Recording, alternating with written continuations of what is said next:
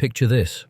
What if there was a place of such breathtaking beauty that millions travel from across the world to witness it? Yet beneath that majesty lies something that has been silently taking people for over a century. What if the granite cliffs that inspire awe also conceal secrets that defy every logical explanation? What if the very place designed to connect us with nature has become a hunting ground for something we don't understand? Welcome to Weird World Files, where history meets the unexplained. Before we go further, if content like this resonates with you, hitting the subscribe button can really help the channel grow. I'm genuinely curious where you're watching from right now. Leave a comment with your location and the time. It's fascinating to think about this community scattered across different time zones, all drawn to the same mysteries. Oh, and the images you'll see are here to enhance the mood, but they're not essential to understanding the story.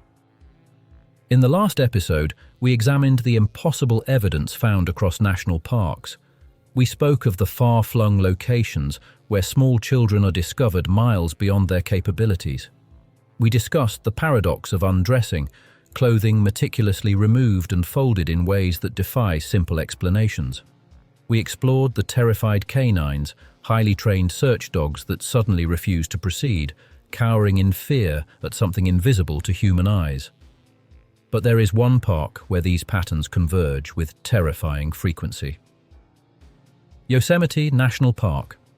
Over 1,200 square miles of wilderness in California's Sierra Nevada mountains, home to granite monoliths like El Capitan and Half Dome, host to nearly 5 million visitors each year, and the site of more unexplained disappearances than almost any other location in the missing 411 files. This isn't just about numbers. Yosemite's cases exhibit the patterns we've discussed, but they manifest in their most disturbing, most impossible forms. The disappearances here don't just challenge explanation, they shatter it entirely. Now, let's begin.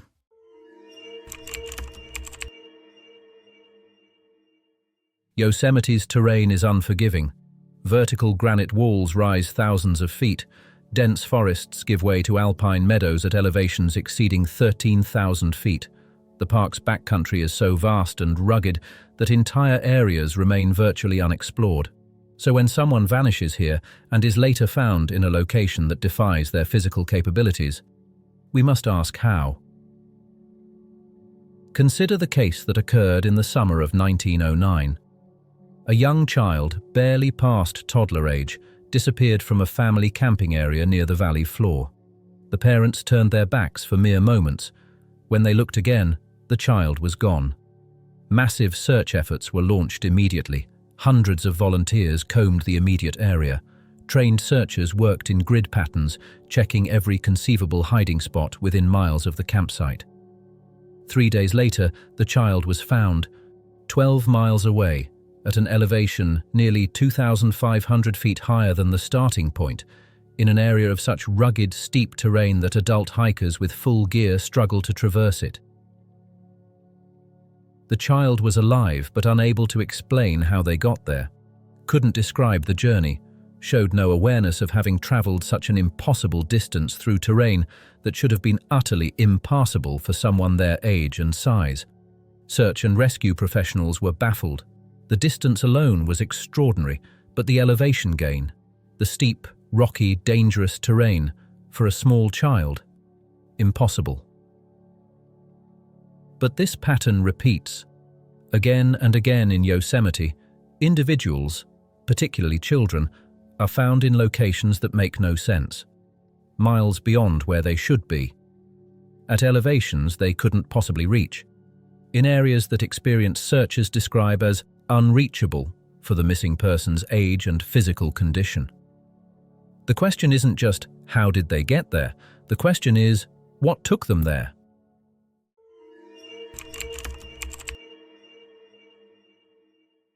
July 17th, 1981. 14-year-old Stacy Arras was on a horseback riding trip with her father, George, and several others in Yosemite's high country. The group had ridden to Sunrise High Sierra Camp, situated at 9,400 feet above sea level, planning to stay the night before continuing their journey. After they arrived and freshened up, Stacy wanted to photograph the nearby lakes. She asked her father to join her, but he declined. A 77-year-old man from the group, Gerald Stewart, agreed to accompany her instead.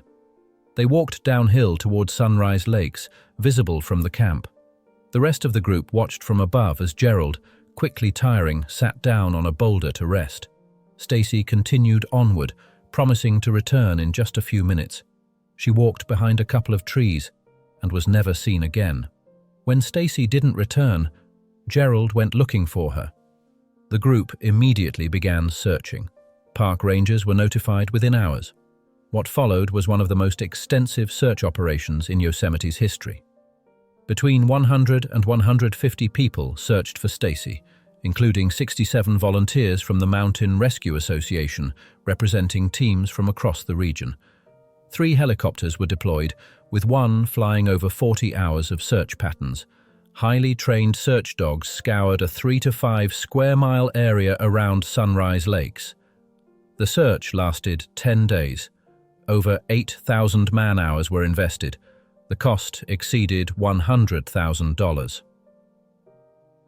And in all that searching, in all those hours, with all those resources, they found only one thing: Stacy's camera lens cap.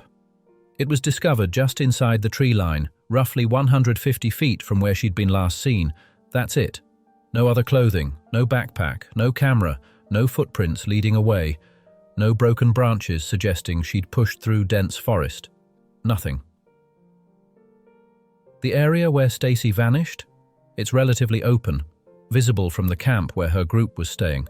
Not dense jungle or impassable wilderness. Open enough that she should have been easy to spot. Open enough that her voice should have carried if she'd called out.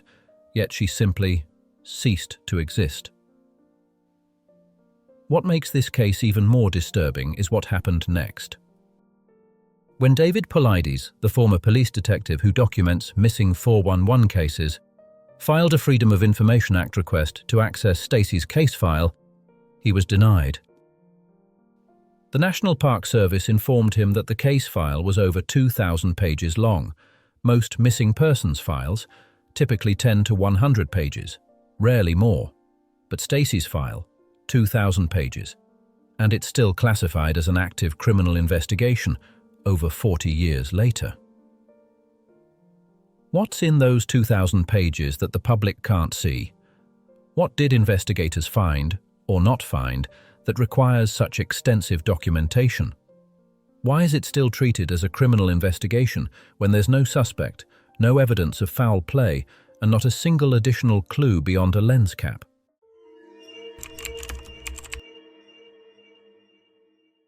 June 17, 2011. George Penca, a 30-year-old man from Hawthorne, California, was visiting Yosemite with his church group, approximately 80 people in total. George wasn't an experienced outdoorsman, he wasn't a regular hiker, but he enjoyed being with his church community, and when about 20 members of the group decided to hike the Upper Yosemite Falls Trail that morning, George decided to join them. The Upper Yosemite Falls Trail is one of Yosemite's most famous hikes.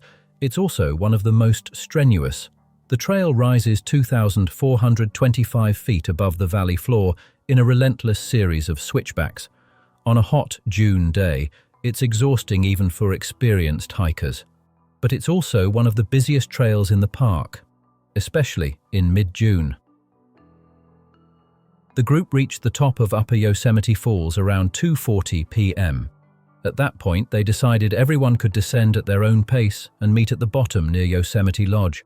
George was last seen at the summit, getting water from Yosemite Creek, and then he was gone. When the group reconvened at the bottom of the trail, they noticed George was missing. They assumed he'd taken his time and would arrive soon, but as the hours passed and darkness fell, they grew concerned. By 9 p.m., when George still hadn't appeared, they reported him missing. What followed was a massive search operation. 140 people were deployed, including YOSAR, Yosemite Search and Rescue, teams from multiple counties, helicopters, ground crews, and tracker dogs equipped with GPS devices. They searched for 4 days. They found nothing, not a footprint, not a piece of clothing, not a single indication of where George had gone. Here's what makes this impossible. George disappeared from one of the park's most popular trails on a busy June afternoon. Dozens of hikers were on that trail. The summit area around Upper Yosemite Falls, where he was last seen, is open and exposed. There's nowhere to hide, nowhere to fall that wouldn't be immediately visible. The trail itself has clear boundaries. On one side, sheer drops and granite cliffs. On the other, dense forest with steep terrain. To leave the trail unnoticed would require deliberate effort and would immediately be obvious to anyone watching. Yet George vanished in broad daylight, surrounded by people on one of the most trafficked trails in one of America's most visited national parks. No one saw him leave the trail, no one heard calls for help, no one witnessed an accident, no evidence suggests he fell, and if he had fallen from the cliffs near the summit, his body would have been found immediately. The areas below were thoroughly searched. After nearly a week of intensive searching, the operation was transitioned to limited continuous search status. George Penca has never been found. His bank accounts were never accessed. His family never heard from him again. He simply stopped existing at that summit.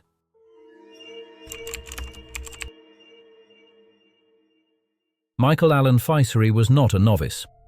At 51 years old, he was an experienced hiker with over 30 years of backcountry experience.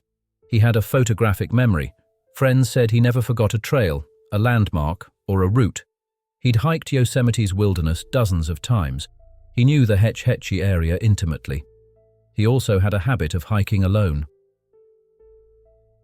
On June 15, 2005, Michael set out on a solo hike in the less-traveled northern section of Yosemite, near Hetch Hetchy Reservoir. His planned route would take him to Rancheria Falls, up to Tiltil Mountain, over to Lake Vernon, and back through Beehive before returning to his starting point. He had a wilderness permit, he had supplies, he had experience, he had detailed maps. He was expected back by June 19th. When June 19th came and went with no sign of Michael, his family grew concerned. On June 21st, they reported him missing. A search was launched immediately, and what they found was puzzling. Michael's backpack was discovered near Tiltil Mountain, just off the trail, at the snowline. The location was outside his planned route. He shouldn't have been there based on his itinerary. Inside the backpack, a topographical map, a camera bag, but no camera. Also missing from the pack, Michael's water container, a distinctive gallon milk jug with his name written on it. Friends and family confirmed Michael always carried this jug and would never leave his backpack behind to go somewhere. Never. If Michael needed water, he would take the jug from the pack, fill it, and return it. He wouldn't leave the entire pack behind and wander off. The search for Michael Ficery became the most expensive search and rescue operation in Yosemite's history at that time. The cost exceeded $450,000. Multiple county agencies were involved. Helicopters, ground crews, search dogs, even US Marines participated, setting up a command post. They found nothing, no body, no clothing, no additional equipment, no bones, no evidence of an animal attack, no blood, no torn fabric. Just the backpack, sitting beside the trail in terrain described by searchers as extremely rugged and hazardous. Here's the question that haunts investigators. Why would an experienced hiker like Michael deviate from his planned route? Why would he leave his backpack containing critical supplies in dangerous terrain? Where was he going with just his water jug? And where did he go? There's a creek nearby, Tiltil Creek, that runs alongside the trail. Some theorized Michael might have gone to refill his water and somehow fallen in, though the creek isn't large or fast enough to sweep away an adult. Others wondered if he encountered someone in that area. The remoteness of the location makes it appealing to those engaging in illegal activities, but there's never been evidence of foul play. Michael Ficery vanished despite being an expert who knew the area intimately, despite having a photographic memory that made getting lost nearly impossible, despite years of experience that taught him never to separate from his pack. He broke his own rules, left his pack, walked off trail, and never came back.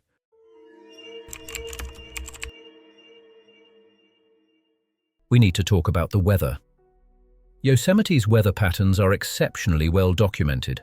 The National Weather Service maintains multiple stations throughout the park. Rangers track conditions hourly during peak season. Meteorologists study the park's microclimates extensively, which makes what happens during certain disappearances all the more impossible to explain. Multiple witnesses to Yosemite disappearances report the same phenomenon, the sudden appearance of dense, localized fog that seems to materialize out of nowhere, concentrated in the exact area where someone has gone missing. Not fog rolling across the landscape. Not weather moving through according to atmospheric conditions. Localized fog, confined to a specific spot, appearing in conditions where fog can't exist. According to several documented accounts, including the Stacy Arras case, witnesses reported an unusual fog appearing in the area shortly after her disappearance. The weather that day? Clear skies, warm temperatures, no meteorological conditions that would produce fog. Yet multiple people saw it, described it as unnatural, watched it dissipate as suddenly as it had appeared. In other Yosemite cases, witnesses describe an eerie silence that descends on the search area, not the normal quiet of the wilderness. That has its own sounds, its own rhythms. This is different. Complete silence, no birds, no insects, no wind rustling through trees, no small animals moving through underbrush, as if nature itself is holding its breath. Search and rescue personnel, many with decades of experience, have mentioned this phenomenon off the record. They describe entering certain areas during searches and feeling an overwhelming urge to leave, a sensation that something is wrong, though they can't identify what.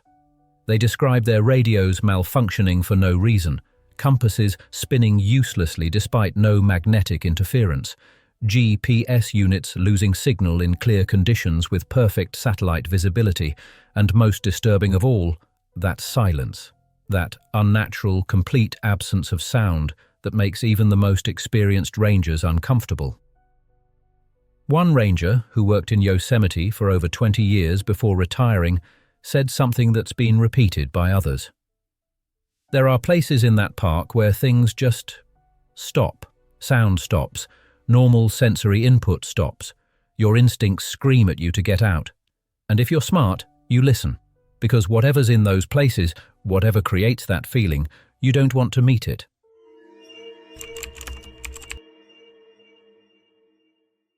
There's a pattern in Yosemite that doesn't appear as frequently in other parks, a pattern involving the park's most distinctive feature, granite.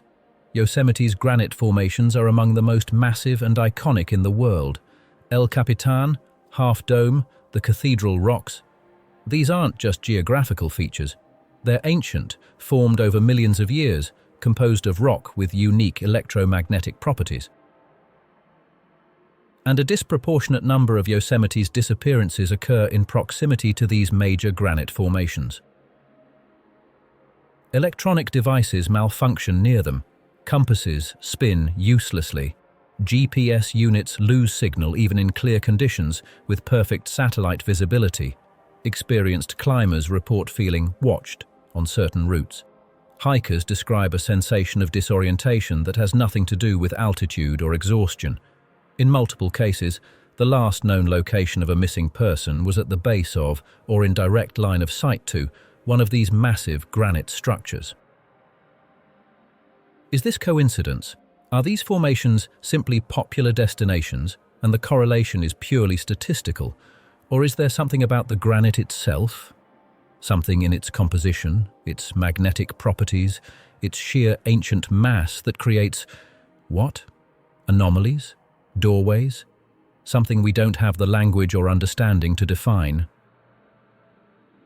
Rangers won't discuss it officially, but several have mentioned, off the record, that they avoid certain areas near the major formations, that there are places where their radios don't work for no explicable reason, places where they feel an overwhelming urge to leave, to get back to populated areas. One ranger, who worked in Yosemite for over 20 years before retiring, said something chilling. The granite is old, older than we can really conceptualize. And I think it remembers things. Or maybe it's a conductor for things. I don't know. But I know that some of those formations aren't safe, not in ways we can measure or predict.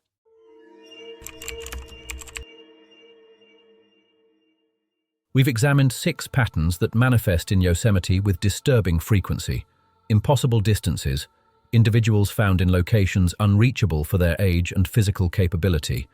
The lens cap mystery, Stacy Arras vanishing in open terrain, leaving only a camera lens cap and a 2,000-page classified file.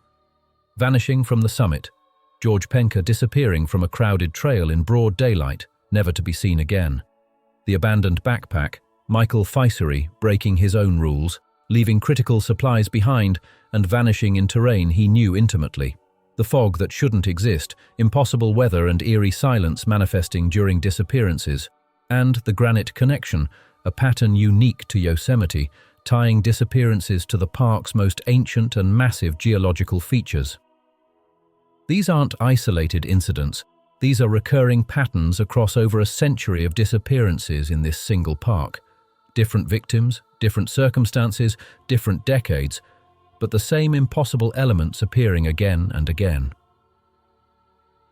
When evidence contradicts common sense, when logic fails, when the most basic questions remain unanswered, when the same patterns repeat in the same locations.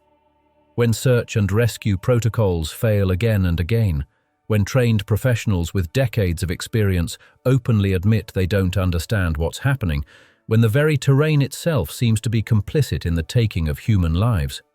We must ask again, what is happening in these places? What is taking them?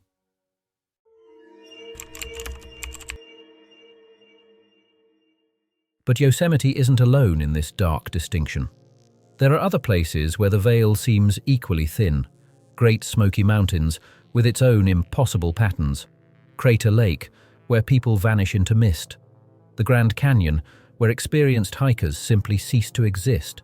The forests of the Pacific Northwest, where something walks among the trees that isn't quite animal, isn't quite anything we have a name for. These places all share the patterns, the impossibilities, the questions that have no answers. But here's what we haven't discussed yet. Here's what we've been building toward. The indigenous peoples who lived on these lands for thousands of years before the first national park was ever designated. They knew. They had names for what walks these forests. They had legends about what takes people. The Ahwanichi people, the original inhabitants of Yosemite Valley, spoke of spirit beings that dwelled in the high places. They had specific areas they would not enter, places they considered doorways to other realms. They told stories of people being taken by entities that could walk between worlds, beings that were drawn to certain types of individuals, the young, the spiritually sensitive, those who wandered alone. In the Pacific Northwest, the indigenous peoples spoke of the Stick Indians, entities that could move without sound, that could make themselves invisible, that took people who violated sacred spaces. In the Southwest, the Navajo told of the Skinwalkers, beings that could alter perception, create confusion, lead people away from safety into places from which they could not return. The Choctaw spoke of Nalusa Falaya, a creature that could make itself appear human, that would call out in familiar voices to lure people away from their groups. These aren't just campfire stories. These legends describe behaviors and patterns that mirror modern missing 411 cases with eerie precision. Victims found in impossible locations, the legends speak of entities that can transport people through space. Victims leaving their belongings behind. The legends speak of spirits that strip people of their human possessions. Search dogs refusing to track. The legends speak of beings that exist partially outside our realm, that animals can sense but humans cannot. Impossible weather and environmental anomalies. The legends speak of these entities bringing fog, creating silence, altering the very fabric of the space they inhabit. For thousands of years, the indigenous peoples knew. They knew what lived in these places. They knew the rules, the boundaries, the sacred spaces that must not be violated. And then we arrived. We created national parks. We invited millions of people to walk these trails, to camp in these valleys, to climb these mountains. We invited them into hunting grounds that have existed since long before recorded history. If you're finding this investigation compelling, make sure you're subscribed to the channel. What comes next will challenge everything you thought you knew about these disappearances. Next episode, we explore what the indigenous peoples knew all along, the ancient explanations for what's taking people from these sacred lands. We'll examine the legends in detail, the stick Indians and how their described behavior matches. Missing 411 patterns exactly.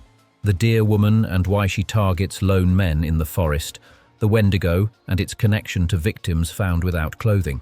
The Nalusa Falaya and why victims are found in impossible locations.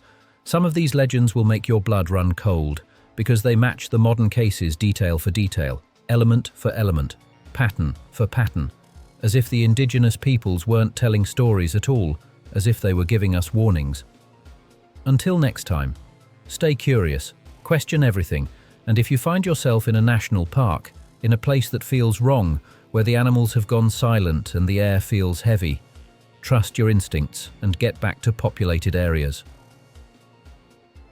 This is Weird World Files, where history meets the unexplained. Thanks for watching.